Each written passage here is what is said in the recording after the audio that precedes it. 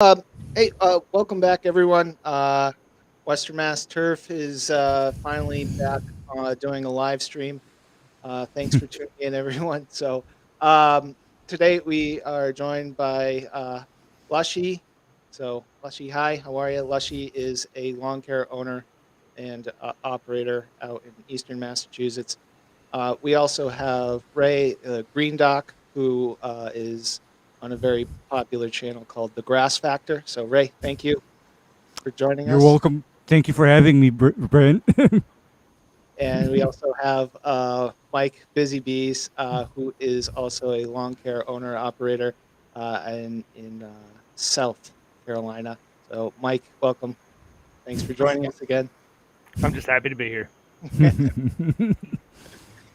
Yes, so we finally made it back to live streaming.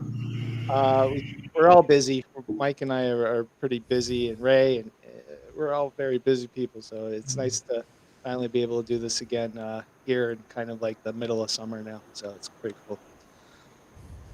So in Western Massachusetts, and Aaron, I think you can say that you've experienced the same kind of weather that I have, where it's just hot One monsoon after another. one monsoon after another. Yeah, yeah. Rain, and then you think it's like, oh, I can go out and get like 10 fungicides done, and then it just starts to rain. So, That was Monday. yeah, 30% chance of rain, yeah, and went out, started little sprinkle. I was like, that's okay. I mean, just a little tiny mist, Mm-hmm. and I would say about 8 done, yeah, and the heavens opened up. Absolutely downpoured. yeah. Yikes. So we'll be going back out tomorrow and doing them again. It's just, so this summer has just been one thing after another, and right now everyone is experiencing disease, right? So, um, what are some of the ones that you're seeing, Lushy, in your neck of the woods? Dollar Spot is thriving right now. I mean, that is everywhere. I mean, you drive by lawns and can see it. Yeah. Leaf Spot has not given up since the spring. It is just usually it goes away. It has not. It is just sticking around. Red Thread finally went away. Thank Just in goodness. time for brown patch season. So it's brown patch, leaf spot, and dollar spot. But dollar spot is really starting to chomp at the bit right now. Yeah. And What about you? yeah, we're experiencing all the same things. I just encountered my first encounter with gray leaf spot the other day. So that's, or as Paul Outlaw would say, Mongolian death blight. So Yes. that's kicking around. So yeah, it's been a fun summer for being a lawn care operator here in the New England area for sure. So, uh, Mike, what kind of disease pressure are you experiencing at the moment? No rain. So yeah, so you're just dry. Everything's drying out, Mm-hmm. Dry and crispy. dry and crispy. Yeah, and that's pretty tough too. I mean, that's a hard thing to deal with. Ray, I know your climate is now, for those at home listening and watching, Ray's in Hawaii. So, Ray, what kind of environment and any kind of diseases have you been seeing recently? None whatsoever, because I've literally been hot, humid, but mostly rainless since May. Wow. So no disease pressure right now, but goodness me, people find out how well their irrigation system is actually performing. Yes. Mhm. You know, Sure. they find out fast. It's this is a case of it's okay until it's not okay, if you know what I mean. Yeah. So yeah, it's kind of a different set of circumstances. Of course, I know I'm always eating my words come about December, because that can be the beginning of my disease season. Okay. Okay, so I'm not making fun or laughing about what you and Leshy are going through, because I experienced that kind of a nightmare myself. So I'm with you. I mean, it's like, shut this damned rain off is my only thought for you and Lushy. Stop it already. Yeah. And I just got another call today Mm. saying that they have some weird looking spots. Things are starting to look a little funny. Mm-hmm. One of the ones that are on our fungicide program got washed away, and we're going to Mhm. be going back. But I asked them, I always kind of ask that jaded question of, what's your irrigation settings? Mm-hmm. And every day at 6 a.m. Wow. Wow. Wow. So he's been pounding the water at that Mm. thing. And I Mm. think we had over 10.5 inches for the month of Ooh. July. Yeah, you had Yeah. 10.5. We had about 13.5. So Mm-hmm. Yep. we were about 3 inches more. 3 inches extra, and That's what Sheila said. yeah, that's right. We got That's a right. Kelly Coleman amount of rain here in Western Mass. Ooh, yikes. Oh, you did. Yikes. Yikes.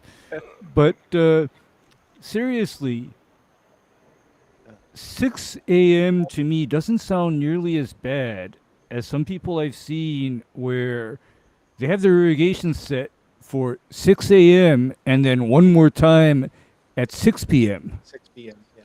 I You, just met a customer and she said she had just stopped. They stopped watering for the second time a day. And I was like, what? that was an interview. So Oh my gosh. we'll see. We'll see how that goes, and the education will begin. Yeah. Mm. Yeah. And this year I broke down and I bought all those little, those measuring cup thingamajigs. Mhm. Tuna cans?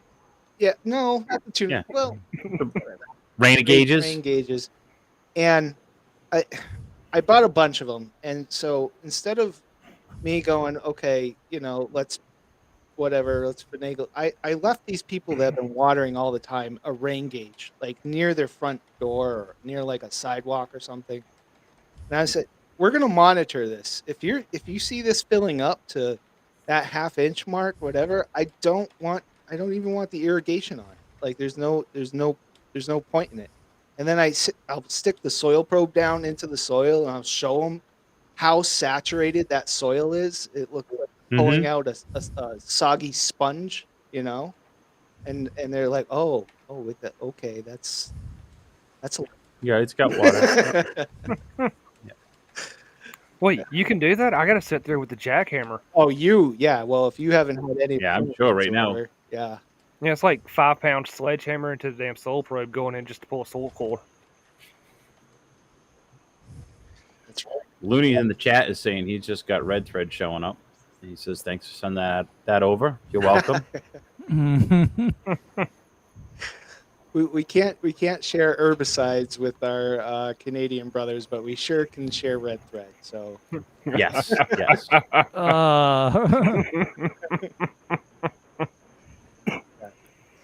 enjoy that for a while, Looney. That it's gonna be a lot of fun for you. And Jesse B says he got an inch and 1.3 today up near Boston. He's a little north of me, Mm-hmm. so don't know exactly what we got, but probably something similar. It rained the past 2 days pretty good. Yeah. Nice. Nice. So with all that information, Ray, dollar spot, brown patch, gray leaf spot, the start of anthracnose, a little bit of that too. Mm-hmm. What would you recommend for a fungicide for cool Okay. season grasses? Cool season. Okay. Residential turf. And yeah, so I'm going to put away the chlorothalonil and mancozeb because that's out. However, I'm looking at strobilurin plus a DMI plus a phosphite. And the reason why I'm going there is because, when it doesn't stop raining, my fear and what comes to get people is actually Pythium. Sure. And Mm-hmm. especially if you are dealing with turf mixes that have susceptible grasses in them, such as fescue and rye. I mean, that's going to be your unwelcome visitor is Pythium, and with the phosphites have a property of not necessarily being actual fungicides against a lot of diseases, but phosphites can, in some cases, have a property of inducing what's called systemic acquired resistance to certain diseases such as anthracnose. Because I understand that anthracnose is not a very easy thing to manage and deal with, and I know what's used on the golf fairways and the golf greens, but part of that tank mix is not labeled for residential lawns. And so I think, yeah, that makes a lot of sense. And for the ones listening at home, just some of you, and people are going to watch this later, which is fine. I want them to. It's the headway G. Let's keep pounding it with propiconazole. Azoxystrobin. I heard azoxystrobin works great on brown patch, but you're spreading it on dollar spot disease. So touch on that for a minute, gentlemen. Okay. Throwing gas on the fire. Okay. I mean, All your wallet can afford. Yeah, the reason why I mentioned using a DMI with a strobilurin is because it's been documented by various university researchers that when you apply azoxystrobin by itself to a susceptible stand of turf, that application of azoxystrobin may well knock down your leaf spot or your brown patch, but you stand a high risk of inviting dollar spot. Right. And likewise, Brent, there is a not very frequently used brown patch and fairy ring fungicide that has that same property called Prostar or flutolanil. I mean, that's been documented where you apply Prostar, beware of increased incidence of dollar spot afterward. Yeah. So, however, I need to kind of also make this point very clear in that azoxystrobin is not to be relied on for control of Pythium. Do not. Yeah. Okay? I mean, I'd like to put that out there because what I've been seeing over the last 2 years is people being told to spread headway or roll their own mix of azoxystrobin and propiconazole and just apply that without much contemplation or thought.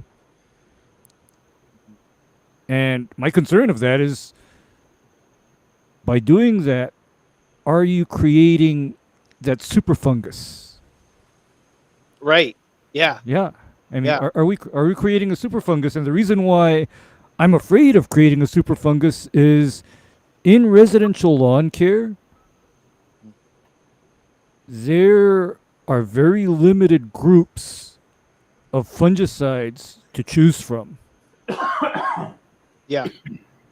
Right, Brent? There's, Right. your palette of available products is literally countable on one hand as far as the groups Sure. of fungicides that you may pick from. And when I say groups, all fungicides have what's known as a FRAC number, right?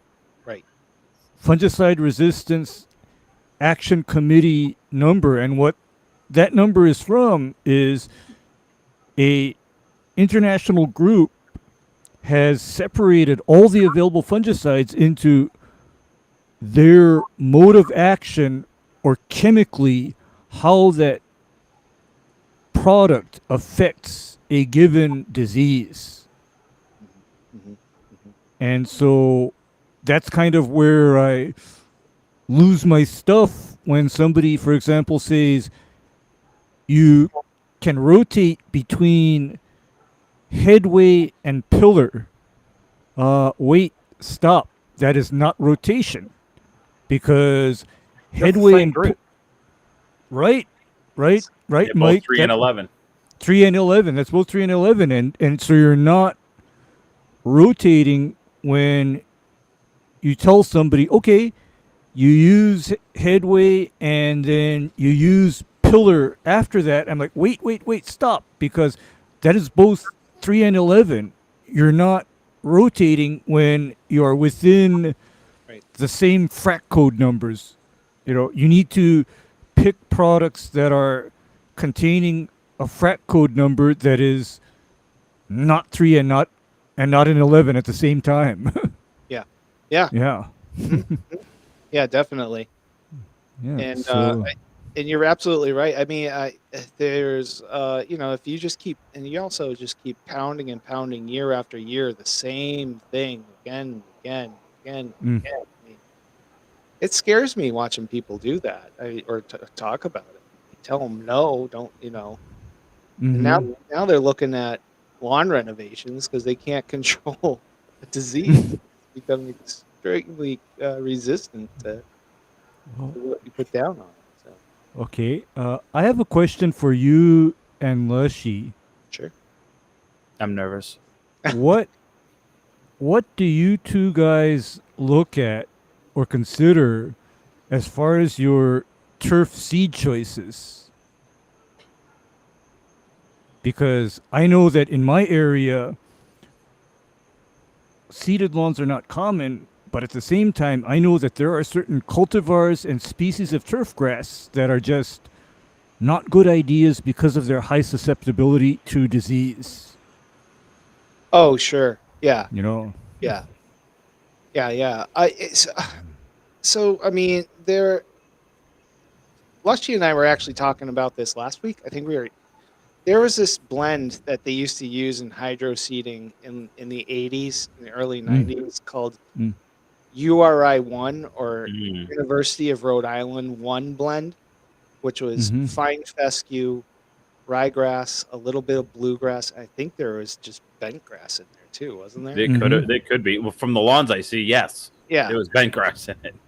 It is the absolute worst nightmare grass blend to work on. It is susceptible to everything. It gets everything, and it is a nightmare to deal with. And we have a lot of lawns. Lushy and I have a lot of lawns Mhm. that came from that blend. It was the most popular It's split seed blend that was out even there. homeowner, because that is what's in the hardware stores, the local outlets or whatever. That's what's there. They see that you're right, and they look at it and say, "Oh, you're right. That is the local turf school that is in Mhm. either their state or the next state," and they say, Mhm. "Oh, this has to be good. They put this out." Right. And it's not. There's better options. As DeMay has said, and other professors that I've seen have said, spend as much money as you can on seed, because DeMay's favorite line that he got from someone else was, the most expensive thing you could do to your lawn is put cheap seed on it. Mhm. And he's 100%. He's 100% right. Yeah. So I try to source a little better seed quality. Right. Trying to find the new stuff that's coming out. There's some with the ryegrass, there's some gray leaf spot resistant varieties that are out there, and Right. we're trying to use that in there. We've incorporated tall fescue because leaf spot was such a problem here, so Mhm. we've incorporated some tall fescue into our lawns. Now brown patch is a problem for them, but it's a little easier to control brown patch for us than it is leaf spot and melting out. When it hits rye, it will just wipe it out. Okay, that is that kind of answers my question. So, in other words, what you and Brent are looking for, as far as seeds go, are mixes that include improved varieties of Yes. like turf type tall fescue, and also the improved varieties of ryegrass that are a lot more hardy and disease resistant. And to me, that just makes absolute sense, because you see this lawn behind me. Yeah. I had an extremely tough conversation with the owner of this lawn. I had a super tough conversation. Uh-oh. Did he get the Mm. trident? No, it has been getting the trident Oh, okay. regularly. However, my conversation was, this lawn is an example of a lawn that should not have been installed with this type of grass. Right. Whoever installed this lawn for you did not do you any favors, because lo and behold, soon after I started taking care of this lawn, I saw issues with nematodes, dollar spot, and large patch and pisium. Okay? And so I said, okay, I guess knowing this, your lawn care is going to have to become a lot more complicated, a lot more expensive, and that's just how it is. And as I said, no favors were done by putting this type of grass in this situation, because I don't know if you can see it, but you notice how this lawn is kind of walled in Yes. Yep. by all kinds of trees and foliage. Mm-hmm. No And air.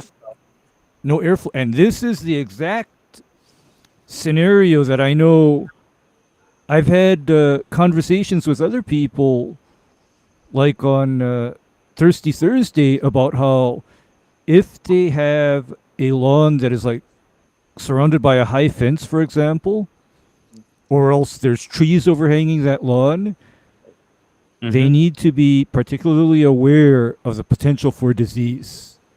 And I got to ask you and Lushy now, how many lawns that you manage are in that situation where there's obstruction of airflow or sunlight Oh, all the time. all the Oh. time? That's a regular. All of them. All of them? Okay, that's a regular. There, very few are out in the wide open. Mm-hmm. Okay, so having said that, I guess that means that you are taking proactive measures regarding disease prevention, I guess, right? Oh, yeah. Yeah. Yep. Mm-hmm. As much as the customer's wallet can afford. Whoa! Yikes, Lushy. And I don't mean that in a way of I'm trying to take all their money. I mean is, budgets Yeah. are important to people. And, it's difficult because, as we've talked about, there is a real large company or two or a dozen that are out there that do it in a, we'll call it a McDonald's format, where, it's the big box store style, and they're out there doing that. And, I had a conversation with a customer I've had for a couple of years now, and he says, we took over the lawn, and it was a few years ago, and we were paying like $700, and that included aeration overseed, and this was a big box store Company. thing. And I said, yeah, company. And I'm like, but you came to us because you were unhappy. I go, then throw in, everything that happened with pricing in the past 3 years. Right. I said, so yeah, we're above and beyond that now. And I said, but we were always going to be more than that other company. I told you that in the get-go, even when we were at, the same year of you using that comparison, we were more, but you were unhappy with the service and the quality. Right. Because, Tom, this is the guy that I posted in the Discord who had his pool company come in and throw, and that was hydrochloric acid Oh, on the lawn. Yes. That spot, right? Oh my gosh, That one. Lushy. Oh my gosh, because I think I'm gonna go trowel out some lime on it. actually no need, Lushy. All you need to do is get water and flush out that excess residual acid. You're all good because here's what a late friend of mine told me about hydrochloric acid. That is essentially a KGB level weapon if you need to kill plants. And let me tell you why. Hydrochloric acid kills plants, and then in about 24 hours, it disappears. It is that unstable a chemical such that it burned the hell out of that area next, where that guy washed out or splashed out whatever he splashed out, and then it's going to be gone. In other words, you can test that area for chemicals in a couple of days, and you'll have no idea what happened. All right. I told him to. Dilution is the solution. I was once told by a smart man, and I told him. I said, go there every other day and just hose that area down until it's time for seeding. Just soak it and flush that excess acid through. And I'm suspecting that a couple of waterings will be sufficient to neutralize that acid.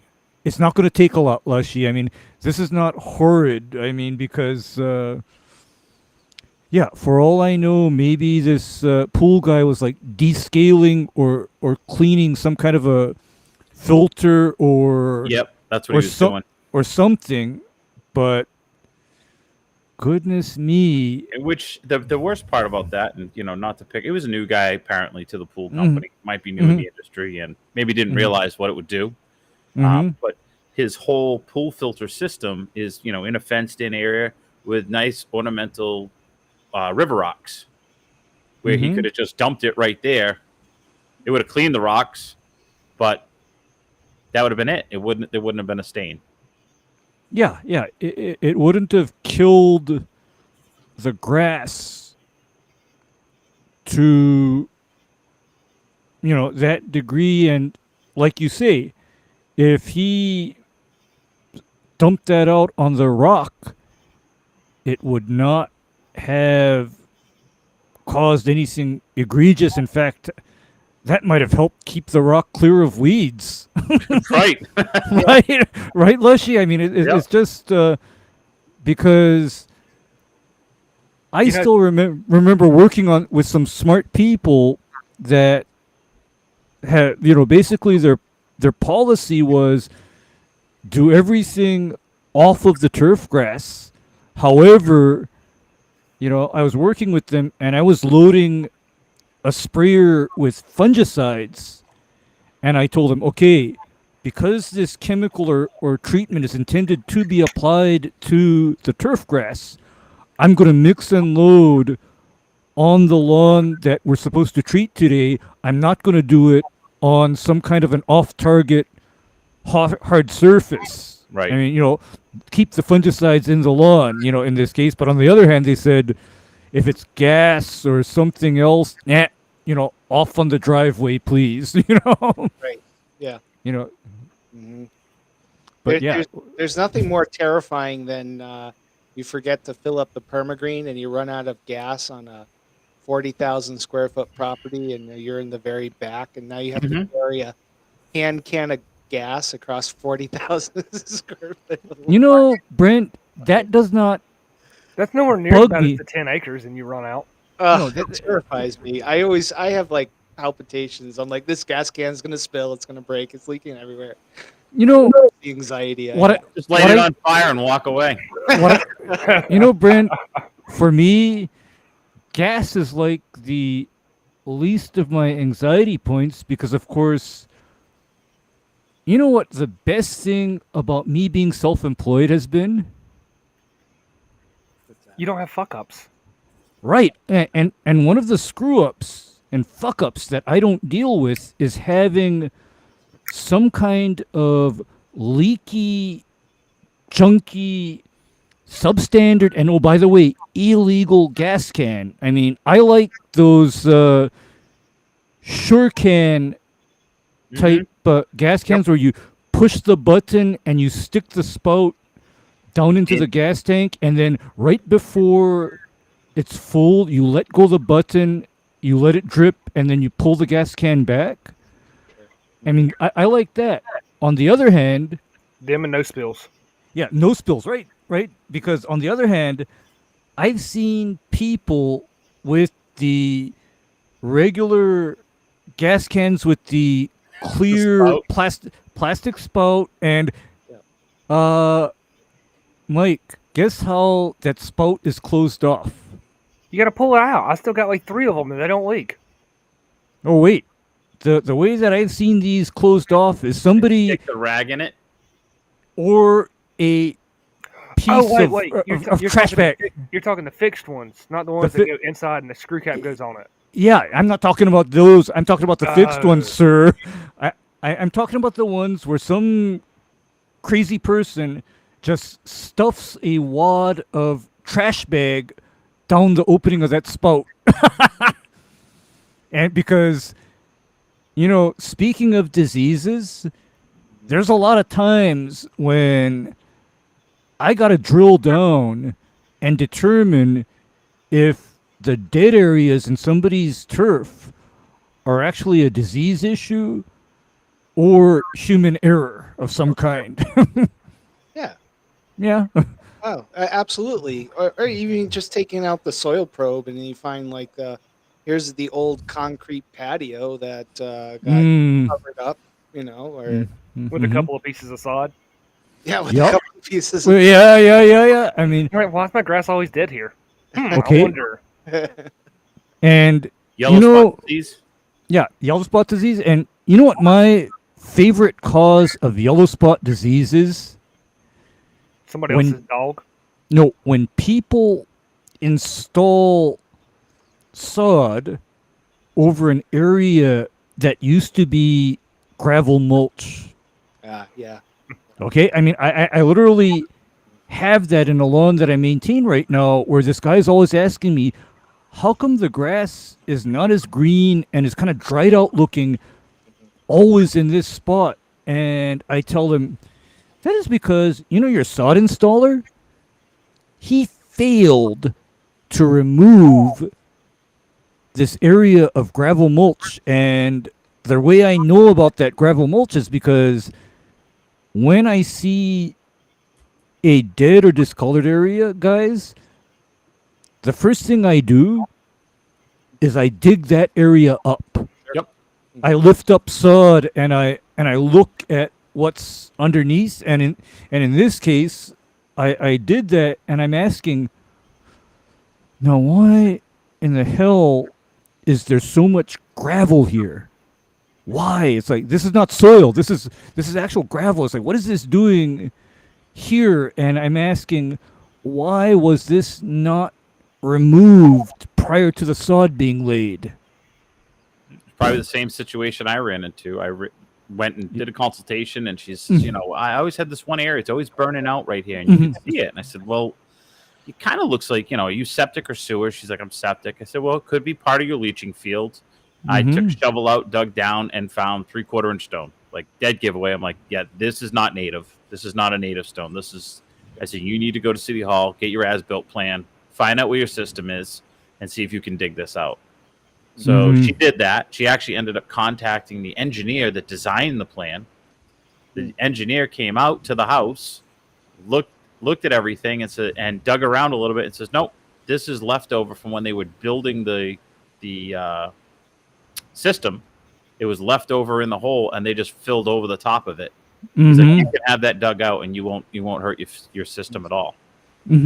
So it was basically the drainage rock for the septic system that somebody decided, rather than removing it from the property, they decided to just bury it. Yep. Turds. Yeah. turds. What a bunch of turds. I mean, I What buried does all it make? mine. And what does it make? Yellow spot disease. mm-hmm. Mm-hmm. Well, I buried all mine. Yeah. Well, the question is now, you may bury whatever you want, but if you do decide to bury it, make sure that it's buried a few feet deep. To 6 Well, feet deep. Well, I mean, Yep. my leech line started at 8 feet, Right, right. I mean, understood. and But then goes to a 42-foot deep pit Mhm. that I backfilled. Yeah. So, but my point is that what frequently happens to people is they have all manner of foreign materials buried underneath their lawn, Oh yeah. and unfortunately, it's not 42 feet deep and it's not 8 feet deep. It's literally an inch or two below the surface. Am I right, Lushy? Mm-hmm. Oh yeah. Mm-hmm. As quick as they can do it. Yeah, as fast as you can do it. I mean, and I always say, for goodness sakes, don't be lazy. You already have the damn, backhoe here. Might as well dig a deep hole and, do it properly. And it's just a lack of foresight. I mean, they're like, the guys that drive up on lawns and do all that, it drives me nuts. It's like, mm-hmm. this person is putting a lot of money, a lot of attention to lawn care, where they could have done a job or something, from the driveway or off the street or whatever. There's no reason to drive the truck up to the whatever portion of what they were doing, working on the house or area of the yard or whatever. It just drives. I don't know. Maybe that's just because of the lawn care guy in me, but it drives me nuts. Brent? I drive on my yard all the time. Mhm, yeah. Yeah. But then Well, you got cement right now. Yeah, that makes Yeah. sense. Well, no, it's 328. It's still green. okay. On the other hand, it's interesting you should mention that, because I see that all the time too, where, for goodness sake, my policy is generally not to drive on top of grass. Yeah. Whatsoever. I mean, the only time I actually drive on grass is when I'm working on large, extremely rough, minimally maintained areas. Then I'll drive on top. But otherwise, if it is fine turf, Yeah. absolutely not. Absolutely. Never. I mean, Brent, there's a reason why I do everything on foot. Yeah, I get it. I do. There's a reason why, okay? I mean, and in fact, come to mention it, at the bowling green, I instituted a new policy. Okay. What is No ride-on or drive-on machinery. Well, there you go.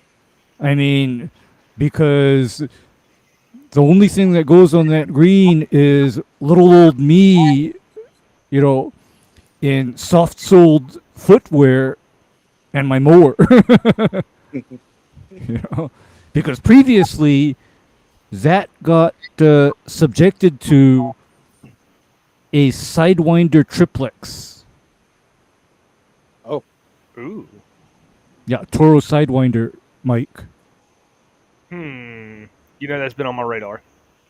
I know it is. However,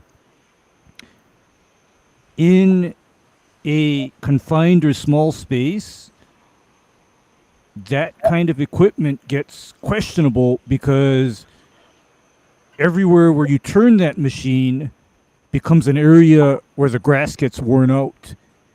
And that's like something else that I think I need to talk about too, in that what some people think is a disease may well be where the mower is stressing or wearing the grass, yes. right? Yes. I mean that's why when somebody calls me about a brown spot or brown spots forming in their lawn, and it's somebody that I don't normally work for, I ask a lot of questions. regarding even mowing. So this little story I'm about to tell you is probably going to be a dead giveaway of where I used to work, but we took care of this place called Providence Place in Holyoke, and the groundskeeper there, well, the maintenance manager there he was very meticulous, which is fine. He Mm. had a lot of property to take care of. I mean, acres and acres and acres. Mm-hmm. He called me up, rip shit about in areas of the entranceway, which is 10,000, 11,000 square feet. And for every 8 feet or 4 to 8 feet, there was these half turn, looks like almost like bill bug handles, right? Mm-hmm. And I kept standing there scratching my head. And then I look at the mowing guy who's doing across the street, and he's doing these awful 100-mile-an-hour pivots every, Oh, and he's doing it as fast as he possibly can. And I'm like, Lord. Oh, he's hard turning. he's hard Yeah. turning, yeah. Oh, If that thing was a horse, you could have put a saddle on it, because it was like, almost to the point where he was raising up the mower itself just to go forward again. So he was angry at me because one of my technicians burned the lawn, when in reality he should be angry at his employee who was just rip shitting around the corners. So, but yeah, that I'll never forget that. I had him come out. I'm like, look at the guy who's mowing it. You know? Yeah. Yeah. I Yep. mean, he just was cowboying that mower, Yes. Or and they're trying to do production, right? Like they're trying to bang out as much as they can, and it's not right, but that's what the scenario is. Yeah. mm-hmm. Yeah, and that is where talking about diseases. Do you all understand why I get so anal about even how grass gets cut in my area? Do you know why I'm so anal about it? Yeah, Yeah, you don't because want the it to be Filipinos. torn. Yep. No, You don't want I it all torn up and threaded and because all of that tearing and ripping and shredding then becomes entry point for disease. mm-hmm. And when I say disease, I'm saying that I'm going to be possibly faced with disease pressure under circumstances where I normally am not. Sure. Where I don't want to look at, for example, dollar spot or leaf spot at a time of the year when I shouldn't have that problem. And the only reason why I'm even seeing it is because somebody thought they didn't need to sharpen and adjust their mower appropriately. I mean, to me, that's preventable. Sure. Yeah. That's totally preventable. And I know on something like a cool season grass that shredding and ripping is not a good thing, right? No. nope. No. And I start to think, is that shredding and ripping happening at a time when the grass is struggling to grow because it is 90 degrees outside? Yeah, because that's usually when it starts to harden off is when you really start to notice the tear. You start to see that yellow tip to it. Mm-hmm. Okay. And that's why I usually tell people, 4th of July or middle of June, change your blades. Sharpen your mower. Okay. Get a fresh set on there and get yourself through. And then, when September comes, do it again. If you change your blades. Change your blades. If you get 3 sets on there for us in our growth season and with the type of grass we have, you should be fine. Sure. Yeah. Mm-hmm. Yeah. Okay, that understood. What's the hours? What's the run hours you recommend on blades, Aaron, for rotary? I asked DeMay that, and he was saying, what was it, 100 acres. It wasn't hours, it was more acreage. Okay. Acreage. Okay, fair enough. Fair enough. So it's kind of how they do it. So, that works out for an average homeowner that has a a 10,000 square foot lawn to do it like once or twice. Mm-hmm. So if you want to be a little more proactive, you do a third time. Mm-hmm. Okay, that sounds fair enough. I mean, I actually observe kind of a similar standard with my kind of mowing equipment in that, you know, maintenance and adjustment happens after every acre of grass cut. Yeah, not Or- possible for me. Yeah, well, after every acre, and of course, the reason why I say after every acre is because normally, walk behind greens mower on a well managed golf course Mm-hmm. gets looked at Mm-hmm. It's daily. Daily. They get Yeah. inspected daily, but then they get maintenance. What is it, about once a week?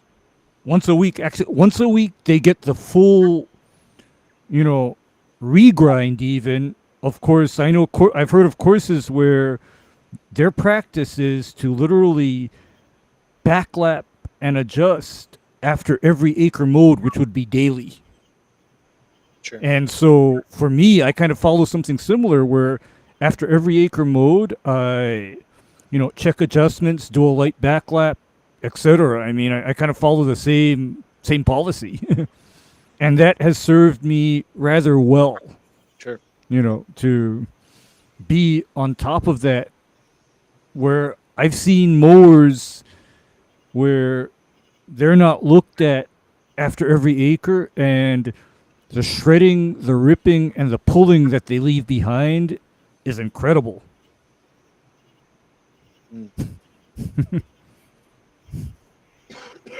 Ray, I know we've discussed how we keep diseases off of transferring from one lawn to the other.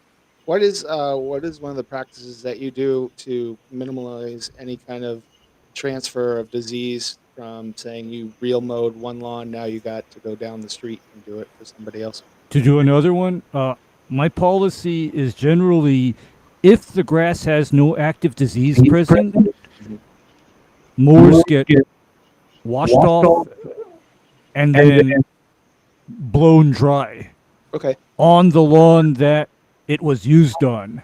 gotcha. And I've never gotten pushback for doing that. And the reason why is because I've told some people that have asked me, I said, when your lawn people do not wash off their mower, they can bring in two things into your lawn. Number one are the diseases, Brent. And then, of course, what I fear even more than diseases is when foreign grasses get mixed in. Sure. Yeah. Because, in a low-cut, warm season area, you're talking about having to maintain monostands of grass.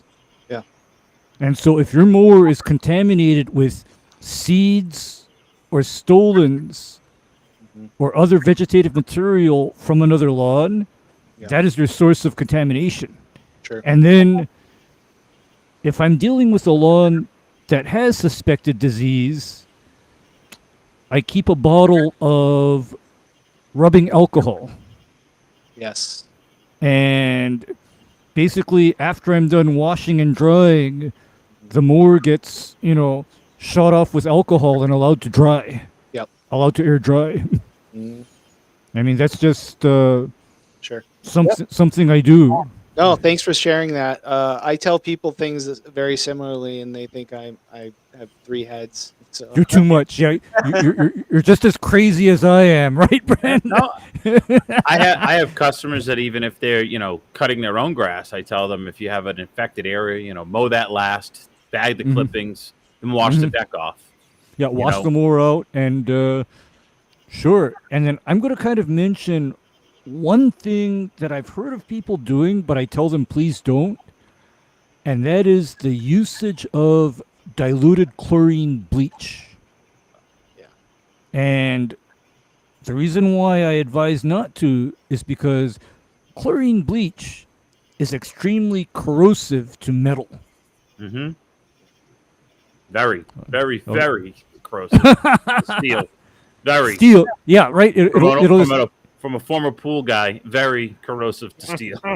Pool and you work for the water department Yep. too. So yeah, I mean, in the water department, you basically deal with tons of chlorine. So you have an idea as to what chlorine can do, and I'm just I don't go in that building.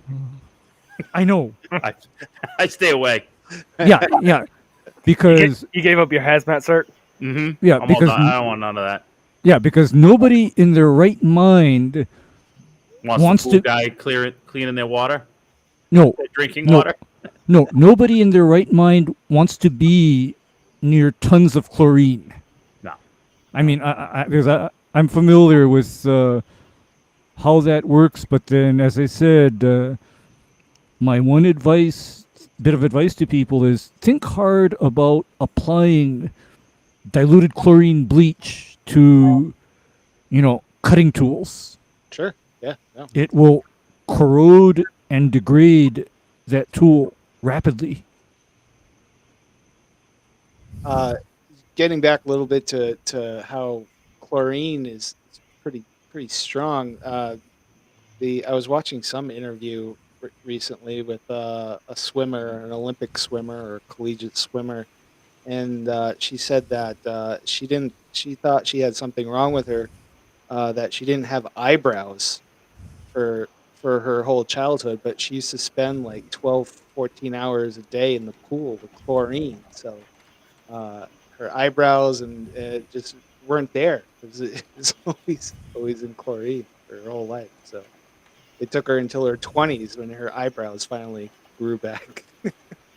Oh my gosh! I mean, that is just rough. That is rough indeed. I mean, Mhm. Yeah, it's strong stuff. It is. yeah. So I know when I was saying before, people are going to be preparing their lawns here for seeding, and I'm already getting questions, and we had a few questions in the Discord. What would be safe herbicides to use now and during seeding? In late August, early September. It's open to Well, anybody. Anyone. Go ahead and smoke it with Glah. yeah, smoke it with Gly, and then as far as your, at time of seeding application, I mean, we live in a wonderful time. We live in such a wonderful time because there are two herbicides that may be applied at time of seeding on commonly used lawn grasses, and they don't hurt your turf grass, but they go a long ways in preventing weeds. We live in wonderful times. Mhm. And Yeah. that, folks, is Ray, to a degree, couldn't we have 3? okay. I forgot another one that is not as well known, Mike, but then it is a valuable product because other common questions that I know we get is how do I prevent POA from coming up in the fall? Sure. Yep. And again, modern technology has an answer for that. Because, come to think of it, you can literally apply a 3 herbicide combination if, for example, you are seeding turf type tall fescue. It is possible. And that 3 herbicide combination I'm thinking of is quinclorac, Mm-hmm. tenacity, and ethofumicate. No weeds. Yep.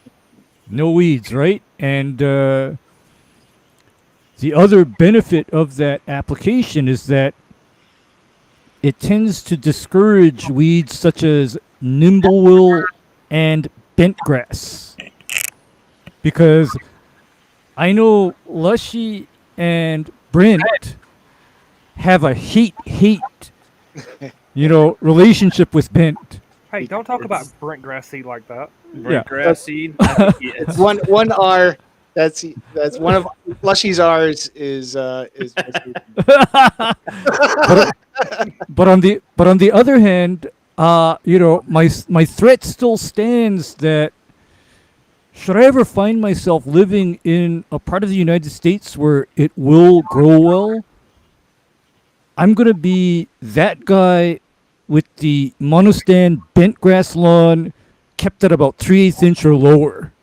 Oh, that's fine. That's Yeah. that's where that grass likes to be. I mean, we have greens around here that are bent grass, and they look Mhm. beautiful. yeah. They're one. I mean, maybe not at the country club I play at, but there are some out there that look absolutely gorgeous. Mhm. But in a 3 to 4 inch high cut turf, it does not look good, especially this time of year. Oh yeah. Yeah. If you get it's actually been very wet, so it's done all right, but it gets leggy. It just does not like life at all. It just basically looks like burnt out straw Yeah. under the Yeah. under the Underneath. condition.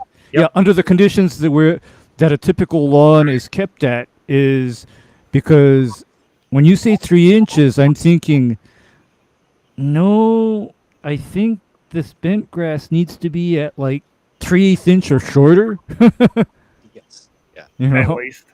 at least, right? I mean, because the Because you same is true. Like for example, of other grasses, like say zoysia or Mine, Bermuda grass. my 328. Yeah, I mean, those grasses look hideous at 3 inches. They look gross. I mean, they look terrible. But at the right height, then it's, wonderful. But Yeah. so yeah, I mean, I get it and I understand, and knowing that bent grass is actually an undesirable component of the lawn, I'd probably say you go ahead and you do what you have to disadvantage the bent grass.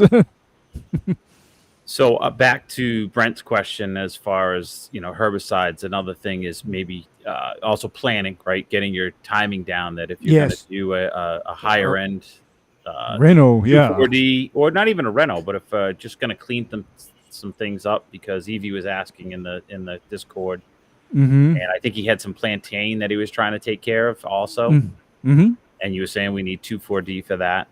Mm-hmm. Some of those need 3 to 4 weeks. So reading the label is a big part of, what can you use, and just timing things out. And if you spray, we're at the beginning of August, you spray now, you're still at the beginning of September at the 4 week, and maybe you push it at the 3 week, and you're right at the beginning of September. Mm-hmm. But then there's products like Speed Zone Southern, which have Right. a 1 week reseeding interval, so you Mhm. can get a little cleanup. Still, maybe spike that with some tenacity and quinclorac as well. Mm-hmm. One know, on right, right. Ether. What's that? Ooh, triclopyr, the triclopyr ester. But Triclopyr ester. now you're at 3 to 4 weeks, so it depends on what your timing is. So I totally agree, right? So if you got time, definitely put that triclopyr ester and get that to really clean things up. But I got someone well, short windowed. Even for me, I'm not going to start seeding until after September 15th. Yeah, We're gonna start probably at the last week of August. and for us. right. Okay, and Or I True kinda- Green started 2 weeks ago. Yeah. July 20th. That's Yeah. perfect. That's fine. Yep. Yeah, that sounds like Yeah. True Green. I saw him.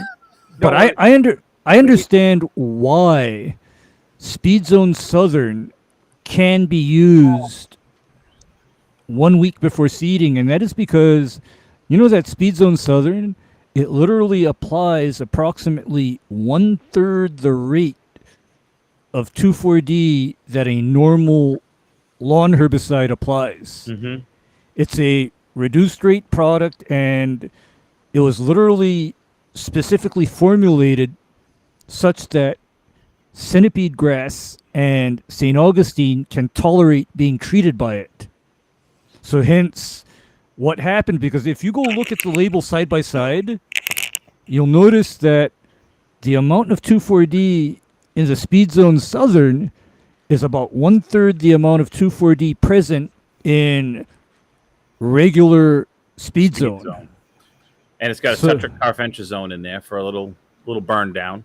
Little more burning action, and then it still has some of the dicamba and MCPP, although the current formulation of Speed Zone Southern has this other phenoxy herbicide called 2,4-DP. Mm-hmm. And 2,4-DP is something special because last place I saw 2,4-DP was in this product called Super Trimec. And Super Trimec, That's some good stuff.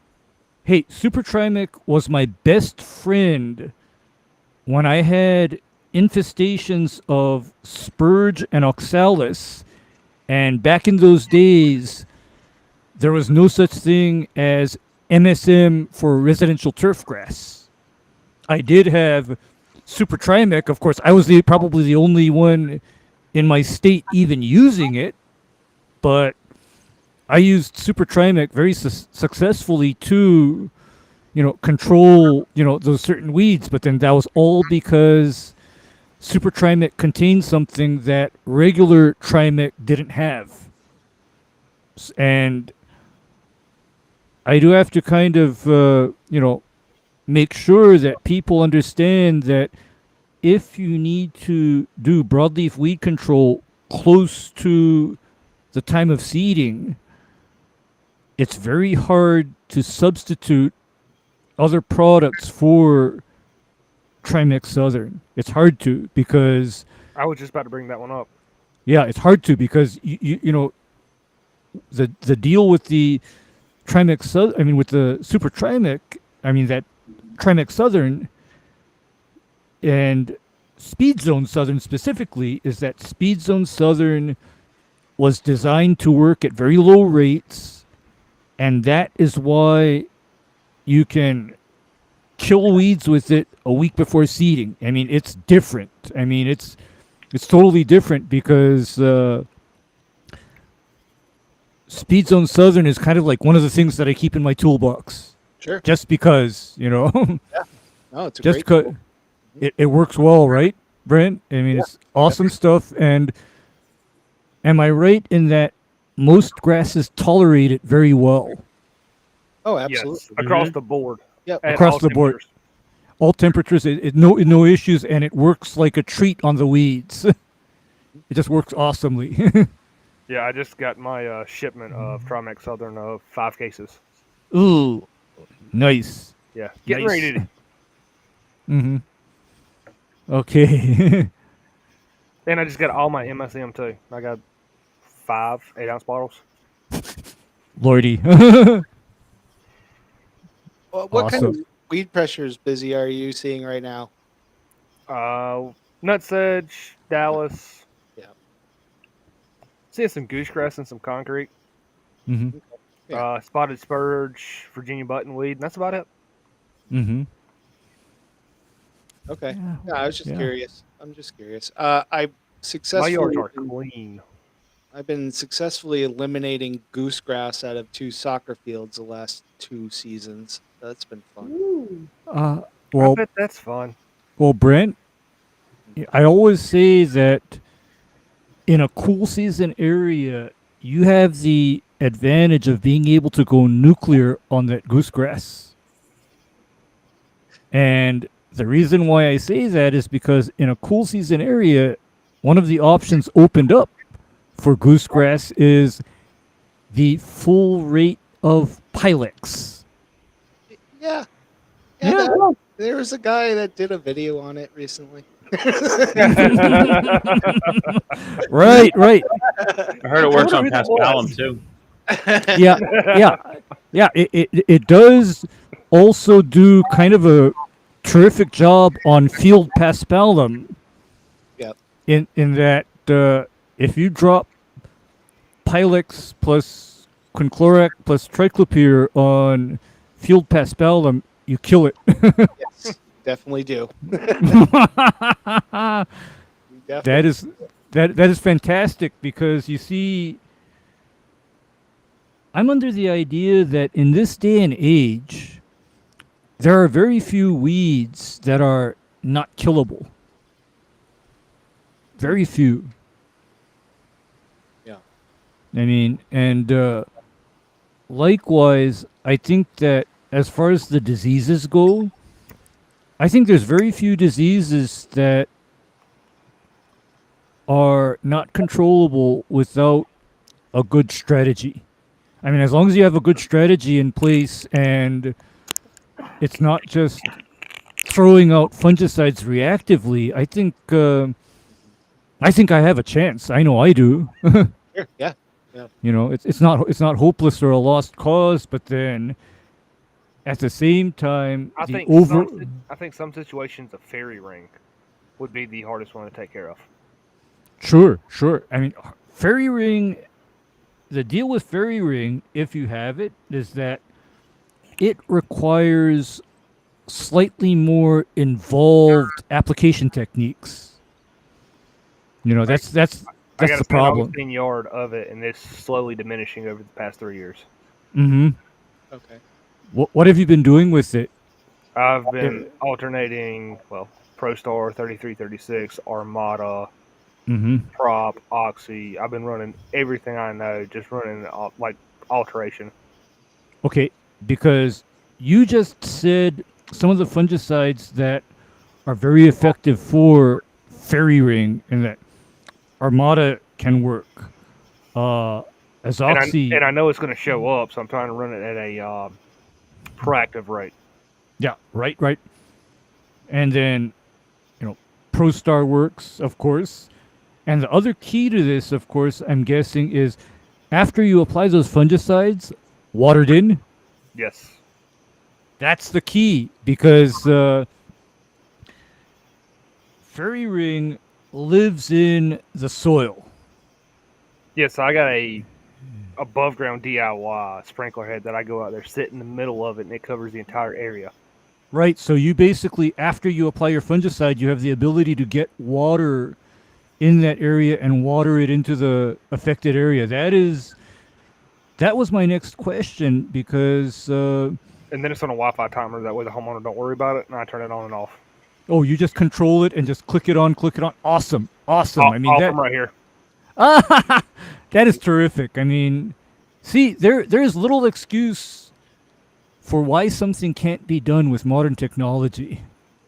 There's little excuse, and my question to you would be: is how much fairy ring do you actually see? Just that 1 yard.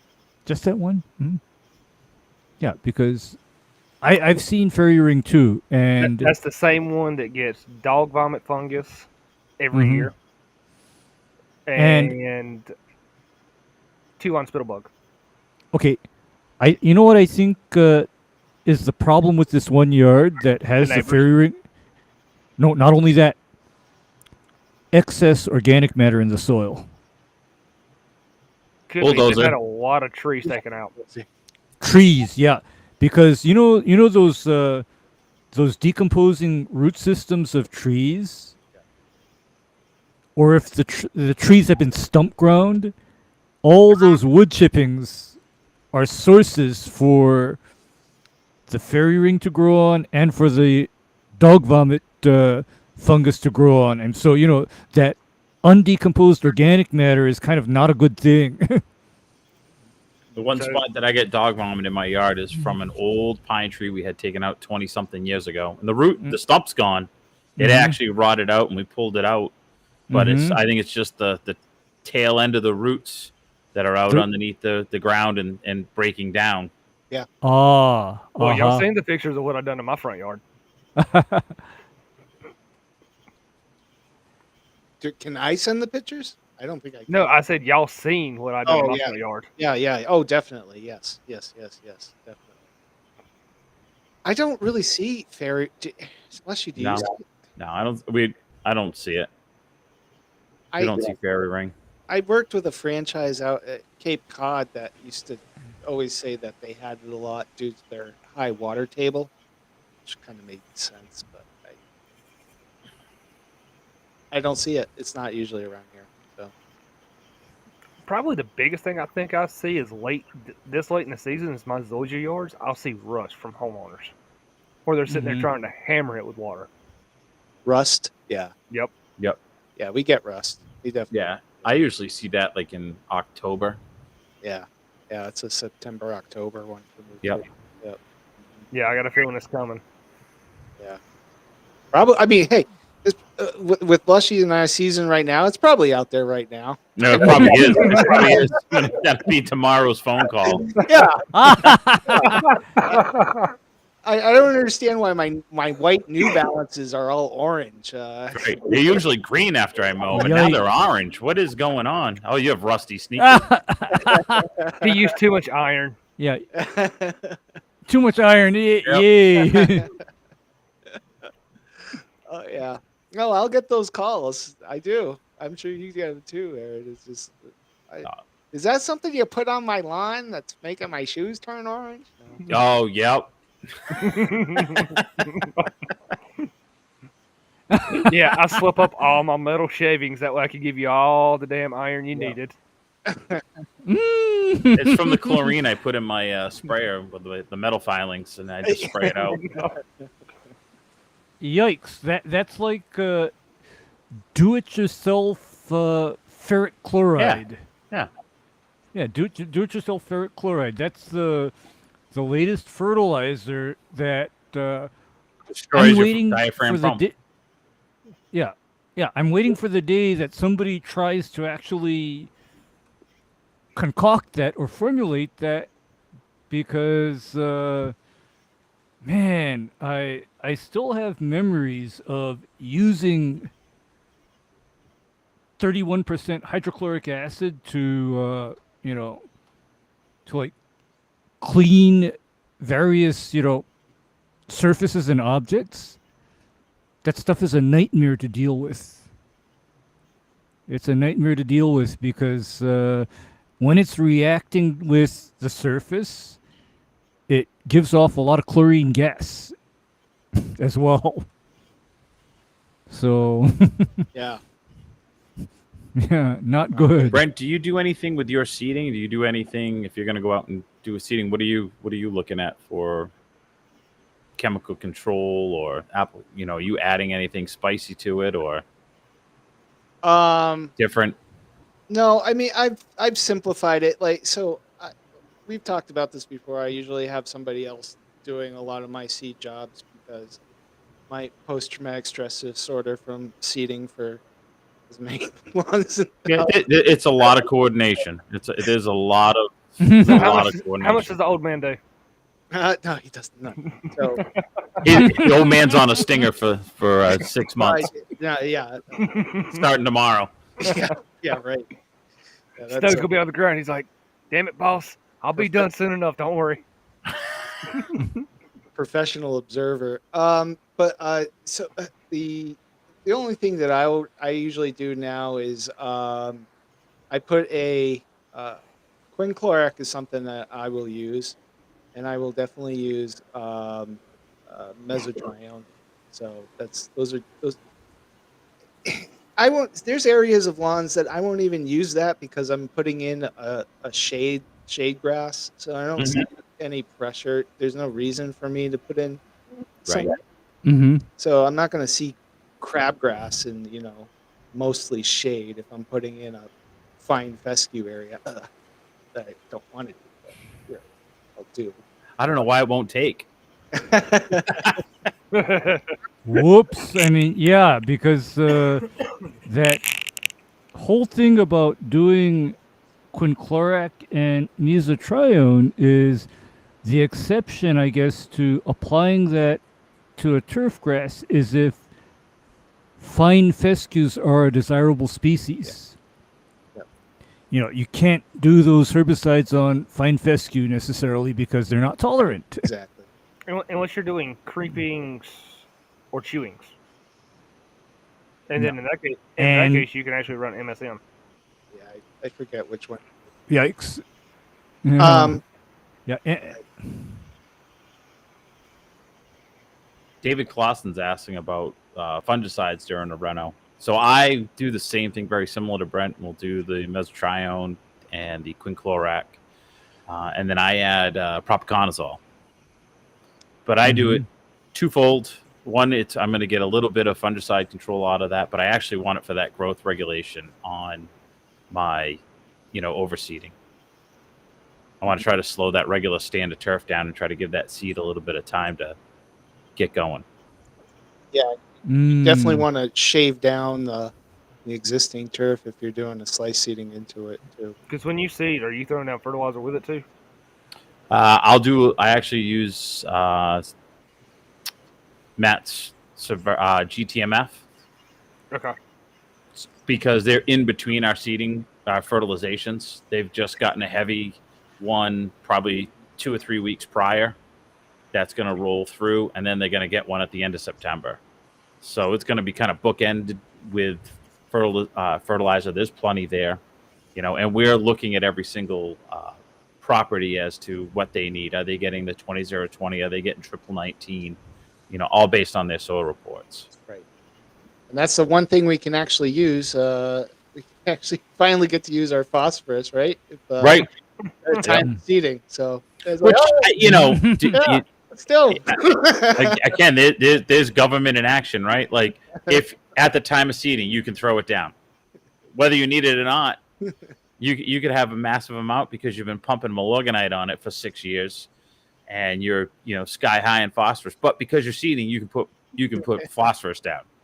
Even more. Yeah, you can put down even more. You see, that is where my question becomes, okay, so what is the problem? Is it the fertilizer that is knowingly high phosphorus and labeled as high phosphorus, or is it the Milorganite that people are putting out thinking that Milorganite is harmless? Right. It's because the state of Massachusetts laws on phosphorus is it's okay if it comes from an organic source. Right, an organic source.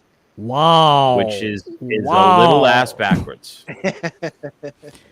Actually, that's like, to me, very ass backwards, because with an inorganic source, that would be the form of phosphorus that I'd have concerns about it running off or blowing away. Mm-hmm. I'd have concerns about it because here you have this stuff that is contained in pellets of shit on the lawn, and it's not immediately soluble and going down to the roots of the turf grass. It has to decompose and then filter down to the turf grass in time. I mean, because for me, you know what the scariest place I had to make applications to was? A condominium that was lakefront here in Hawaii. That's the scariest place I had to apply stuff to. Yeah. And this lake has turned green with algae before. Not from anything I did, of course, but then... So my program on this lakefront condo property was only use 1/10 of a pound of anything at a time, and never before it's about to rain. Right. Yeah, I'm sure there's everyone, Aaron. This summer that we've had, everybody putting out that Milorganite and just watching it go down into a storm drain. Yep. Oh man. Because they haven't been gentle rains. We've been getting 3, 2, 4 inches, 1.5 inches in a few hours. Yeah, this is called serious rain, right? Yeah, it's not a nice soft. We got 3/4 of an inch over 2 days. Right. A nice gentle rain with the ground's really absorbed. Now the moisture level is super high, but so it can only absorb so much, so it's still running off even at the lower amounts.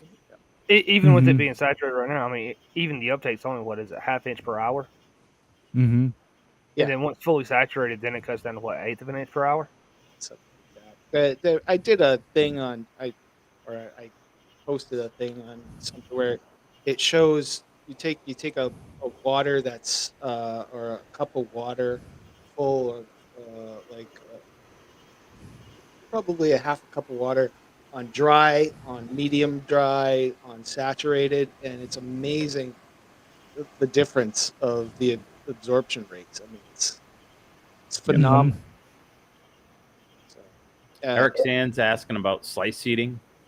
Does your guy that does your seating offer slice seating, Brent? yeah, that's all that we'll do. He does have an aerator. If it needs it, he'll aerate and slice seed. If I'm going to be doing a renovation, I'm only going to use the slice seeder. I don't. Mm-hmm. Uh, my aeration days are beyond me, past me. It's I still wake up in cold sweats. So. You don't like the walk behinds? No, I don't. I mean, so I used to do 100. I mean, literally used to do 10. Oh, I'm gonna flood your ass with pictures of that Clausen I got. I used to do 10, 12 of those lawns a day for like 6 weeks. Like starting around now, I would be out there from 6:30, 7 o'clock in the morning till until it Till it got dark. Yeah, every day, all day. I'm never ever going to do that again. Did that for years, and it was miserable. Just spend big money like Lushy. Hire you a Lushy Junior. Put him on the Stinger. Mm-hmm. I still got to get the Stinger. I hired the Lushy Junior. I got to get the Stinger. Yeah. Just dropped the X mark off at the shop to get the chains and sprockets redone. So next year maybe, or maybe we'll make a purchase this year at GIE. We'll see. A buddy of mine just actually purchased one, and they just came in last week. So I get to go play with it. My buddy has a couple of them. They're a nice machine. They're a real nice machine. But yeah, so getting back to the air, I won't, and I don't really see the need for it. A lot of these lawns my lawns don't need it. I can see where the ones with the young kids have high traffic. They beat on it, the backyards. Those could probably use an aeration. To a degree. However, just put some aerate down. Yeah, just no. Wait a minute. The latest meme is the lawn needs more calcium. Oh yeah. Right. So throw that borax. And some borax. Yikes! Yikes! Because I'm still waiting for the day that somebody kills their lawn with 20 mule team borax. Oh, it's gonna happen. I mean, yeah. I'm waiting for the day because, geez, I still have nightmares about this one landscape that I worked on where I literally applied a half an ounce of borax per 1,000 square foot one time a year, and that was literally the critical growth limiting deficiency in that landscape. But then what was done to correct it was just half ounce of borax over an entire 1,000. Yeah. No more. So Ray, here's a good question for you. Chuck Bazinga's asking. He's like, would you rather run a late season pre or a late season post trimec or both on cool season for winter annual broadleaf weeds? My follow-up question to Chuck would be, was there seeding done? Right. Because if there's no seeding planned, then if you have winter broadleaves, that almost calls for like 4 to 6 ounces per acre of sulfentrazone to be added to your existing broadleaf weed control. Here's why. Chuck says no seeding. Okay, no seeding? So sulfentrazone and yes, that's exactly what I was thinking is sulfentrazone and trimec, and Put in a little. Put in a little bit of prodiamine too. Yep. And the reason why you do sulfentrazone is because sulfentrazone can be an excellent pre-emergent against certain winter weeds such as bittercress. Sulfentrazone is terrific for that. And the other benefit is that sulfentrazone can be cheap. Mm-hmm. Because I know of another pre-emergent for broadleaf weeds that starts to get very pricey per acre. Which one? Gallery. Yeah, Yeah. that gets costly. I mean, I do break out gallery when I'm dealing with a lawn that has impossible levels of spurge and oxalis. I do it.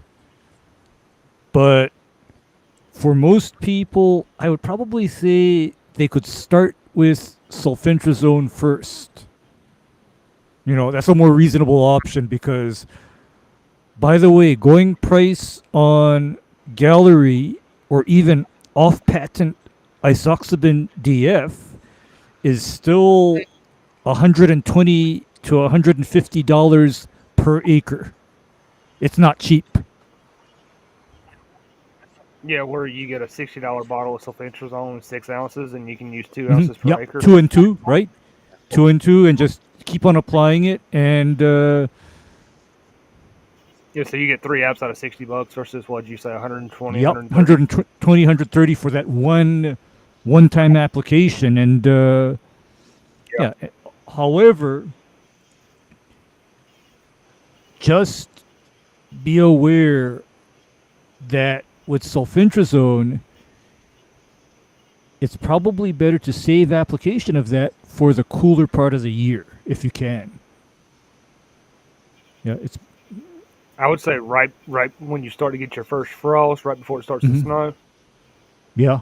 I'd probably say that because I've just seen terrible things happen to lawns when sulfentrazone is applied during hot weather. Mm. Yeah. I see wonderful things. I wonder.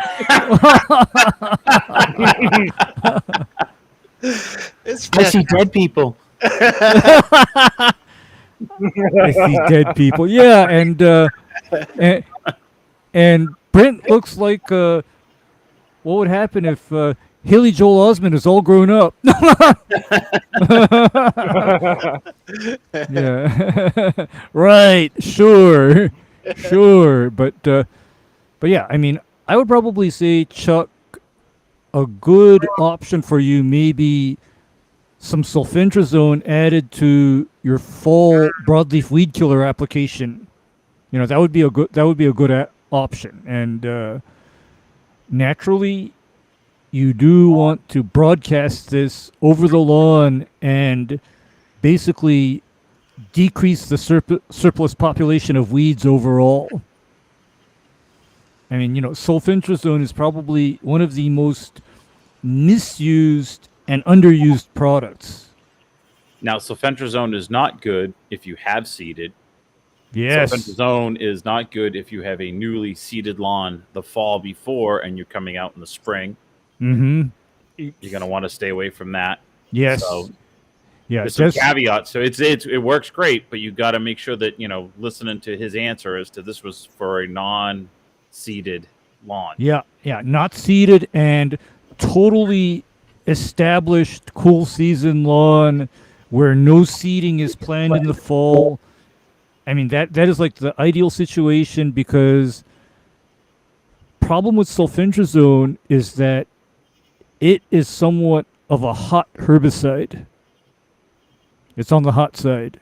It works wonderfully, though, Leshy. Don't get me wrong. Oh, no. And the only reason I emphasize that is because I have done it. Like I went out and, you know, did a fall renovation on someone and, you know, it came in great and I sprayed it the next spring and went out with 6 ounces to the acre and at the beginning of April and then again in May. And I just kept looking at that lawn and going, why isn't it growing? Why isn't it growing? Because you use too much propiconazole. No.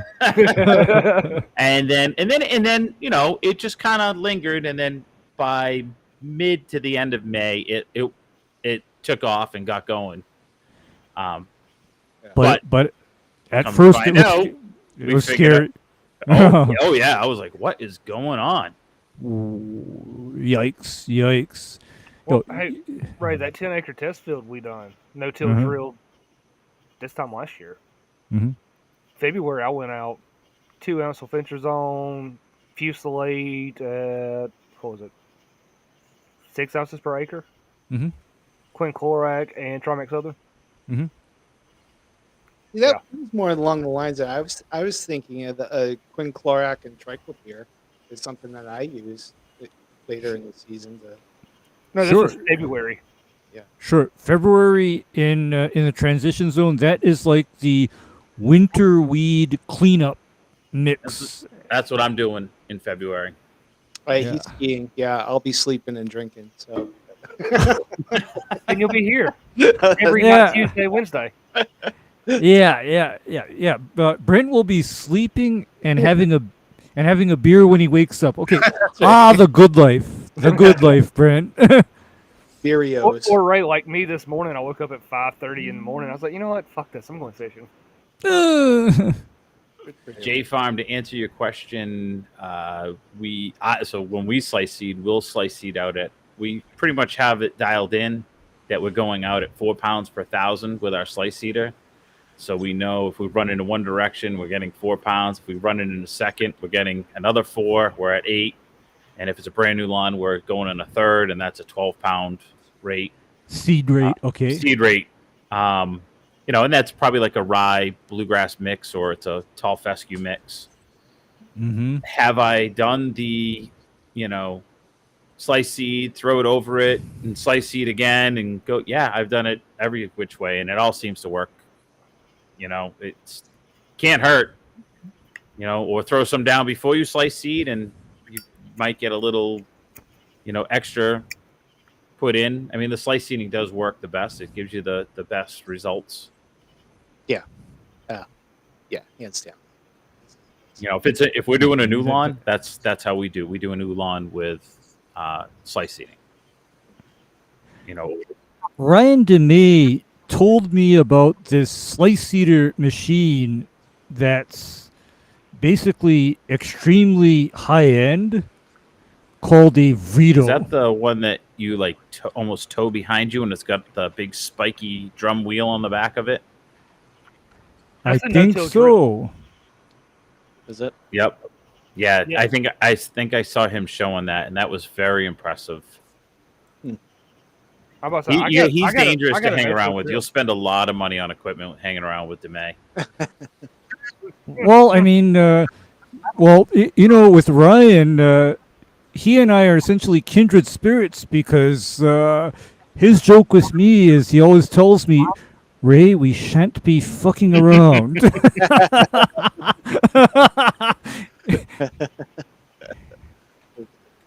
I mean, that is that is like basically the story of my life, is that I don't want to do it the hard way, and I don't want to do things in a way that are bound to fail. I mean, I want to do it one time and have it work. Yeah. Right. So yeah, I like what Ryan has to say, is in that, yes, we shan't be fucking around. So Ray, back to your sulfentrazone. Eric's asking about, he's gonna do some seeding. Maybe, what do you think? Maybe May he could go out with like 2 ounces to the acre, because he's trying to start to get it in the soil for a sedge control, not sedge control. I would probably say that that's what you can do, is that if you have concerns about injury, cut your rates and make more applications. Yes. And it's also with sulfentrazone, it's on a 12-month cycle. It's an annual cycle. So when you make that, you have a label rate that you can't go past, and it's not because May to, and then when January 1st comes around, you can start again. It's, if you start on May 1st, it's till the next May 1st, and you're trying to build up no more than 8 to 12 ounces per acre in there. So that's something that Mm-hmm. maybe Eric, you start to build it up in the spring, and maybe you can go a little bit more in the fall. You don't have to do a seeding again in the next fall. Yeah, yeah, and because when you're talking about trying to control nutsedge, I'm a big fan of applying multiple applications of sulfentrazone at a rate that the existing turf grass can tolerate without injury. Mm. You know, and when I say tolerate without injury, 3 to 4 ounces per acre is my usual. But then I understand that for you, Lushy, due to the constraints of your, scheduling, that's when I told you, you know what? Go ahead and put out 6 ounces per acre at your own risk. Understand that it's spicy. Not let's just say it's not for the faint of heart in a low volume application. Yeah. Yeah. Oh man.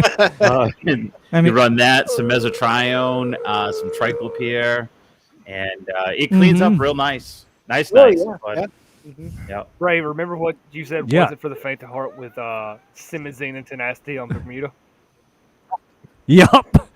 Yeah, that's like a similar story with these Massachusetts guys laying down 6 ounces per acre at a time of sulfentrazone. That is brutal, but it works.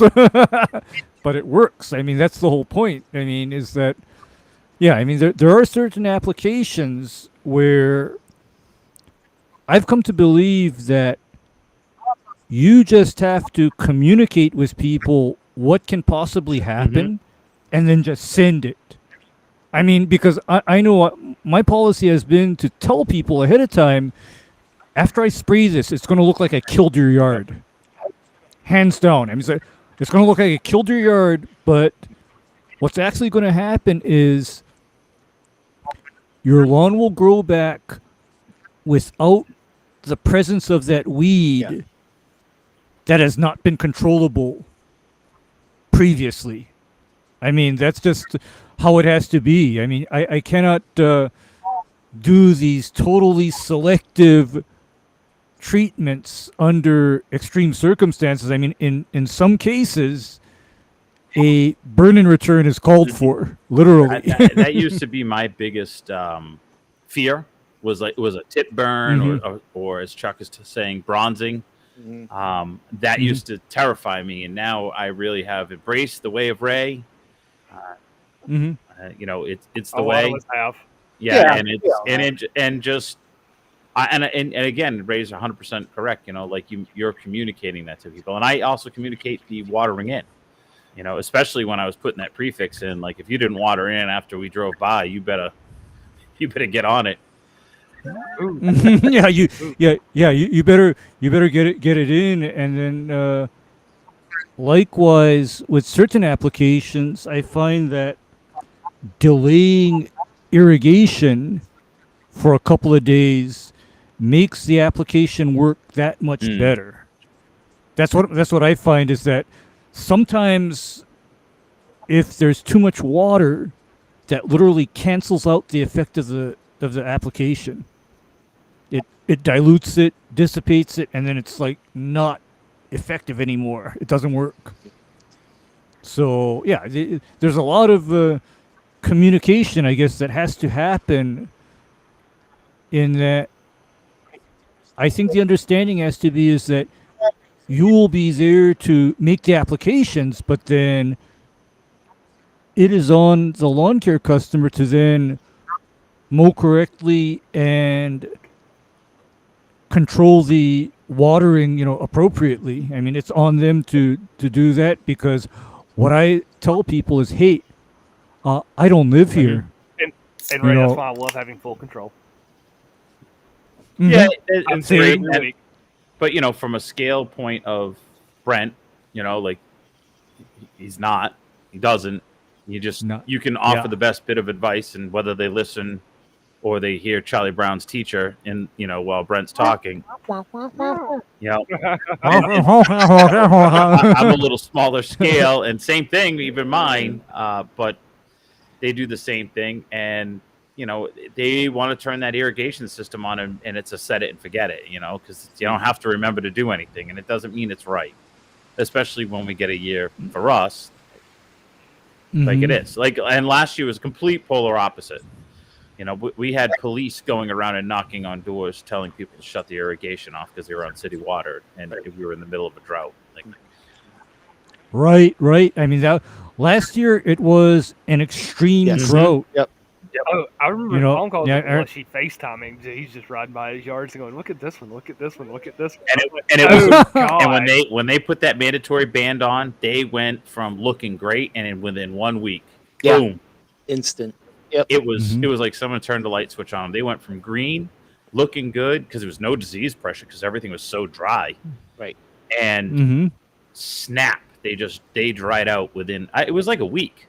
Yeah, they turned yellow. It was amazing. Yep. It was terrifying, depressing, and downright soul crushing. And was happy that last year was over, but. And that's how Lushy and I became best friends. I thought it was tomahawk steak. It was. He wasn't even there for that. No, I wasn't there for that. No, that was me and Jesse B. And Jermaine, I got that picture. And RD, yeah. I got the hotel pic. Man, I mean, that's just imagine how things can turn. And of course, I'm biting my nails a little bit too in thinking if the drought that we have continues, people are not going to even be allowed to use these irrigation systems that I have either repaired or installed. I mean, we get the same thing where watering becomes prohibited. Yep. Any form of watering. I mean, you can't even water gardens or lawns with a water hose. All prohibited. Were in they have multiple stages, and it was no lawn watering, and people were still doing it, and you could water your garden, you could water your lawn by hand. Then it got down to no lawn watering, only watering your garden, and then it got to stage like 3 where it was nothing. You couldn't even. That was nothing. It. Your garden, unless you were collecting rain, you couldn't. You couldn't do it, and they were sending the police around. They had them going around and knocking on the door, and then people complied, and some people said, "Write me a ticket." Yeah. Oh wow. Yeah, I mean, because really, if you write them a ticket for the, I don't know how many times you get caught, but it was like $50 for the first offense, $100 for the next, and $250 for the third. That's cheaper than a renovation. Okay, Lushy, right there. I'm glad your city takes that approach, because in Honolulu, if water usage indicated violations of, say, the watering ban, for example, the water department would simply shut off your meter. Yeah. This is Massachusetts. They're way too woke. They're terrified to do something like that. Yeah. They would never. Yeah. I mean, Honolulu, there was literally like I remember as a kid, because I lived with this through the 1980s and the 1990s. I was told, don't flush the toilet, don't let the sinks run. I mean, so we were talking to the superintendent. She said we were one step away from really going from, if it's yellow, let it mellow. If it's brown, flush it down. Like they were going to start asking people to conserve water inside the house. Wow. Yeah. And of course the Westfield. Yeah. And of course the other important one, or the interesting one, was the food service establishments were told not to serve people even drinking water with their meals. I mean, yeah, imagine pulling up to a place and, no iced water. we're coming up on close to 2 hours here. So, and it looks like my internet's coming in and out a little bit too. So, just we'll wrap it up here. I just want to thank everybody at home watching. Thanks for leaving a comment. I hope we were able to answer some of your questions and concerns. And I also want to thank my good friends here, Mike, Ray, Aaron. Thanks for coming on. Thanks for being part of Western Mass Turf. It's always a pleasure having you guys. Here's to Mega Millions tonight. Thanks for having us, Yeah. Brent. All right. Appreciate it. Good night, everyone. Good luck on Mega Millions. I hope we all wake up millionaires tomorrow morning. And with that said, This will be the final episode. Thanks. Bye. this might be the final episode. All right. Take care.